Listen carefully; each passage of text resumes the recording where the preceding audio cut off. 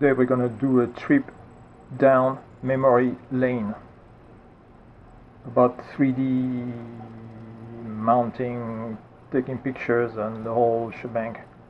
So the first thing you would get back in the day, I mean it was not that long ago, but you would get, I mean I would get those 5-pack Fujifilm prepaid processing mailers for color slice. So here I have 5 and 5, and this is what I have left. I have like 5 canisters of film. So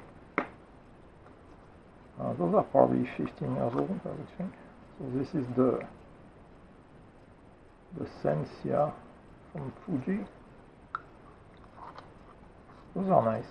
I mean, assuming they are still good.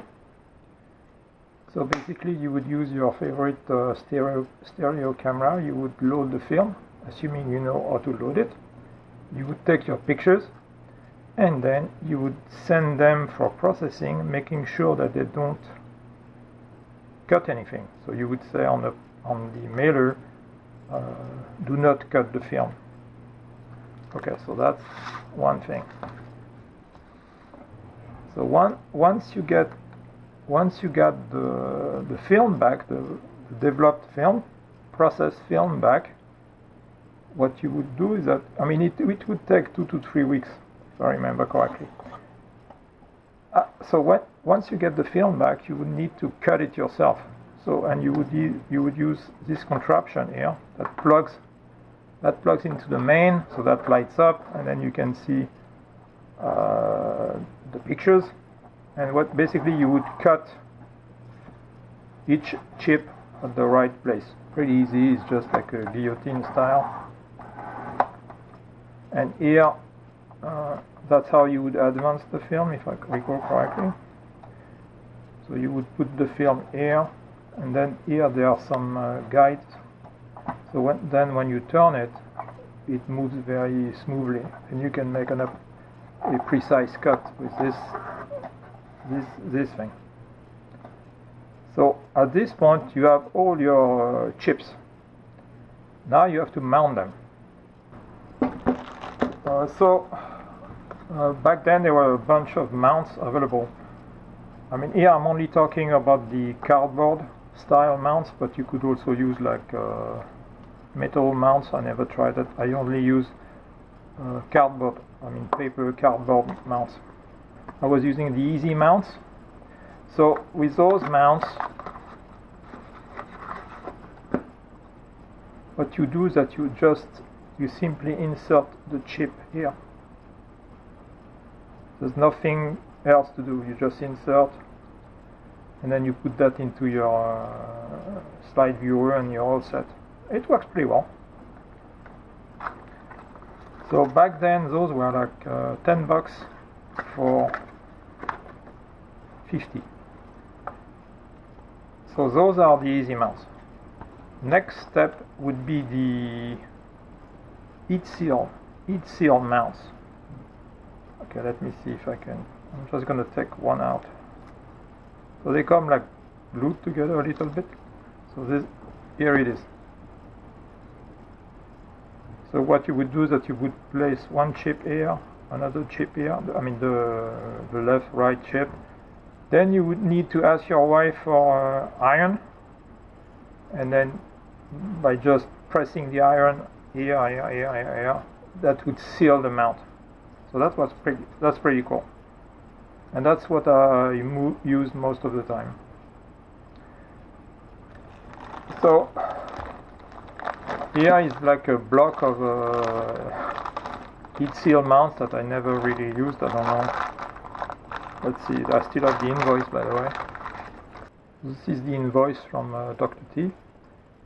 So that was $37, and for how many?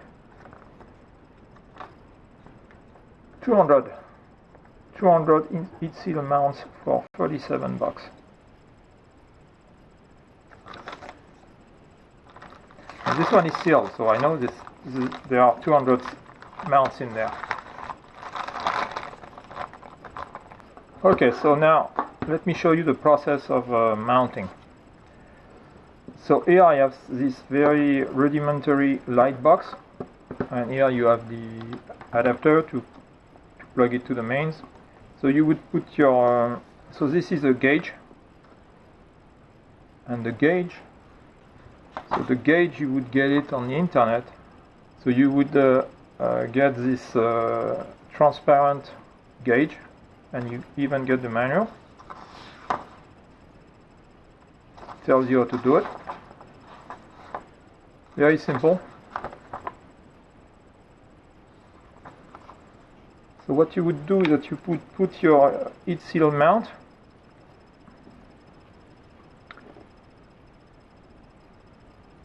and those lines here, they help in aligning. So the horizontal line helps in aligning vertically, and this line gives you the stereo window. I think there's a near and a far.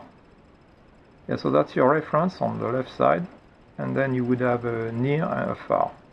So what you would do is that you would pick an object or a reference point on the left chip, and you would find it on the right chip, and you could set the stereo window that way. So you either align it with the near or the far vertical line here. I mean, you could do whatever you want. I mean, you could just ignore those and put your stereo window wherever you felt like it. I remember that there were a bunch of those gauges, mounting gauges, and that's the only one I have left. So that's the 5-perf Realist format, which is probably the most common. Okay, so you would put your left chip here, your right chip there, and here you have those indentation. So those two helps in the alignment this way. So, but what you can do is you can just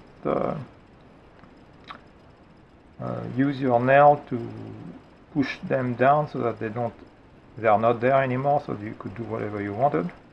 But this is like a guide, if you will. You can push them so that you can still slide the chip past those indentations. You put your chips and you align them. Of course, you would put some little pieces of tape to hold them. So once you're happy, you just do this, and then you use the iron to activate the glue, and you end up with something like this. So that's the result, and you can see the indentations, and you would put that in your viewer. About the heat seal mounts, I think they came with their own instructions, and that's the instructions for the heat seal mount. Anyway, that's just a window into the past on how we used to make those slides. But I think it was kind of fun to do it.